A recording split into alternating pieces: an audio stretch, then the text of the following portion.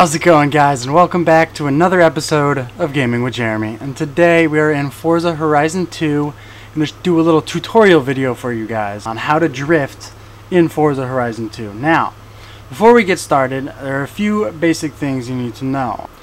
Well, you're either here on a few different reasons. Either you just got the game and you wanted to try to drift for your first time, or you've had the game for a while and you just need a little point and like little tips and points on how to drift in this game. Now, what I tend to do is I find a good car. Like when I first started out, I started drifting probably about 5.5 months ago in this game, and what I would try to do is, especially if you don't have a lot of money, is to buy a cheapo car. Today we're in a 1985 Toyota Sprinter Treno, which is the Toyota Corolla AE86. It's a really cheap car, and it's a great drifting car for beginners. I do have the stock motor, to get that racer sound to it, and the design was sent in by Master 568987. I previewed it in my design showcase numero uno video, and yeah, it's a nice car. Anyway, now when you first start drifting, you guys got to realize that, you know, not everybody's perfect. Drifting is never perfect. You know, Ken Block isn't even perfect. Obviously, he still, you know, messes up sometimes. So what I'm going to show you here is my difficulty settings, because it usually makes a big difference on drifting. Okay, so for game difficulties on custom, I have the EBS off. Simulation steering, I know a lot of people say don't like to use simulation steering because it's basically made for a wheel controller, but it actually makes the car more realistic. Now, I've tried it different ways. I've tried it with normal and assisted, and it just doesn't do it for me. It just doesn't work out right. So if you want to drift like I am, then these are the settings you should choose. Traction control is off. Shifting, a lot of people try to drift in automatic. Well, guess what? It's a lot harder to drift in automatic than it is with manual. Manual with clutch is your best bet for drifting, because you get more control of your gears and more control of the car, which make it a little bit easier on yourself. Now, driving line is off, cosmetic damage doesn't matter, and all those doesn't matter. But yeah, so that's the settings I have it set on. Now, using the clutch is a lot easier, because actually I use a combination of the handbrake and the clutch to get you started. Okay, now first of all, if you don't have a lot of money in this game, I would recommend, if you already have beaten the game, I would recommend beating the game first, if not, and you can actually go on YouTube and look up a billion credit glitch. Now, I've bought probably like 120 cars, so I have $953 million, if you can see in that corner there. Let me try to adjust the camera a little bit so it's a little bit easier to see on the top there. As you can see, I have 953 million credits. Now, the only reason I did that was because of my YouTube videos. I wanted to be able to make any car I wanted, showcase off any car I wanted, and show you guys the video, and show you guys in the video of all the cars and stuff. I would recommend doing that if you were really worried about money, but you can complete the game and get a good substantial amount of money in order to build some cars. Like I said, this is one of the cheapest cars you can build, so that's why I'm kind of showing this car off. So yeah, let's get started here. Now, what I normally do when I first started out drifting, you got to realize that you're never going to be perfect at it. Okay, you're always going to spin out. You know, it's always going to happen. Drifting is unpredictable. Okay, what I try to do is I tap the clutch a couple of times throughout my drifts, like right there. I do transitions, stuff like that. Pretty much it's finding that right gear. Some cars is different. All cars is actually different, really. I'm in second gear right now, but I can move it to third. But as you can see, it's a little bogged out a little bit when you go around the corner. It doesn't fully rev out, as you can see that. See how it's bogging out a little bit? But if you're just starting out, I'd recommend second gear for this car. I do have stock tires. This car is fully built with stock tires on it, so that's normally what I do with my drift cars, just to get as much wheel spin as possible, to get those longer drifts. But if you're just starting out, it doesn't really matter. But as you can see how it says E-Drift on the top there, with the skill chain score, it says E-Drift.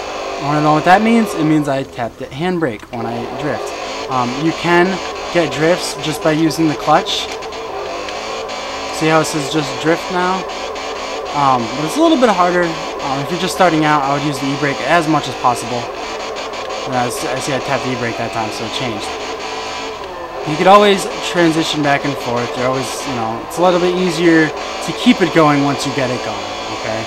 But it's pretty much watching that rev and turning with the steer. As you can see, my car is turning left, but I am turning right. So I'm turning with the drift. Obviously, you got to turn which way. Say I want to take this left turn right here. Obviously, I got to turn left, hit the handbrake, and then turn right. You know what I mean? And you kind of just keep your car as steady as possible. I'm using a regular Xbox controller, so anybody could do this. I have not tried a wheel on this game yet, but I will eventually when I get there.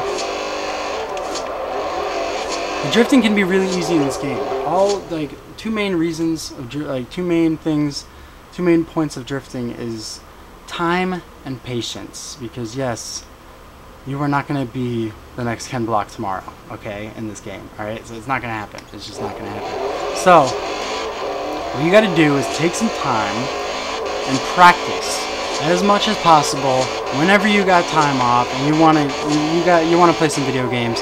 Hop on Forza and start drifting around. I tend to go to the warehouse section, which is the industrial zone. Once my skill chain score goes away, I'll show you.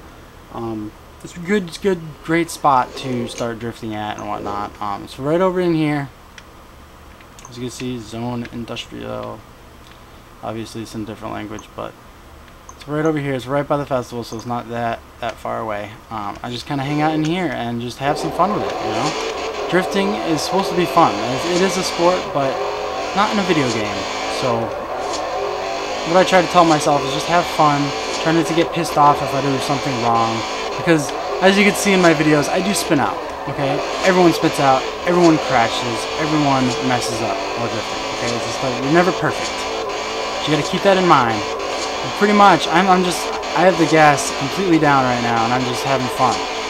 You know what I mean? You can, any car, it doesn't matter. It could be all-wheel drive. I did do a how to drift an all-wheel drive video. All-wheel drive is a little bit more, takes a little bit more time to get used to, but pretty much the basics on how to drift. You know, the more you practice, the more you'll be able to get your ass end out a little bit farther with your drifts like this. You know, I'm tapping the clutch, tap, tap, tap, tap. You know, you could hear me tap because I hear that rev. You know, I'm doing a donut, just tapping the clutch and hitting the gas. I let go of the gas when I tap the clutch, and then I get back onto the gas as soon as I let go. As you can see. It's pretty much just keeping that, and then you kind of turn with it, wherever you want to go.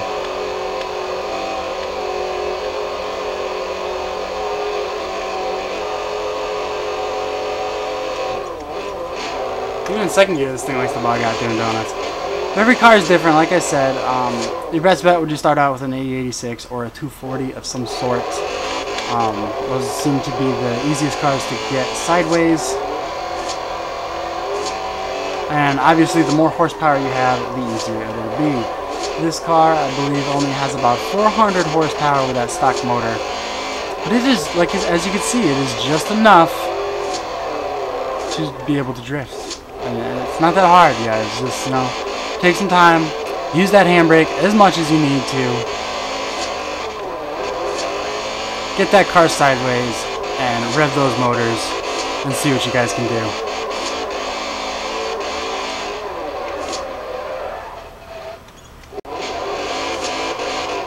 Anyways, guys, that is my little tutorial video on how to drift in Forza Horizon 2 for the Xbox 360 using a wireless controller or a wired controller. Hope you guys enjoyed this video. I want to thank you guys for watching. If this video helped at all, leave a comment down below. And also, if you could leave a like, I greatly appreciate it. And I will see you guys in the next video. Always remember, guys, stay positive and have a great day. Spin them tires, boys.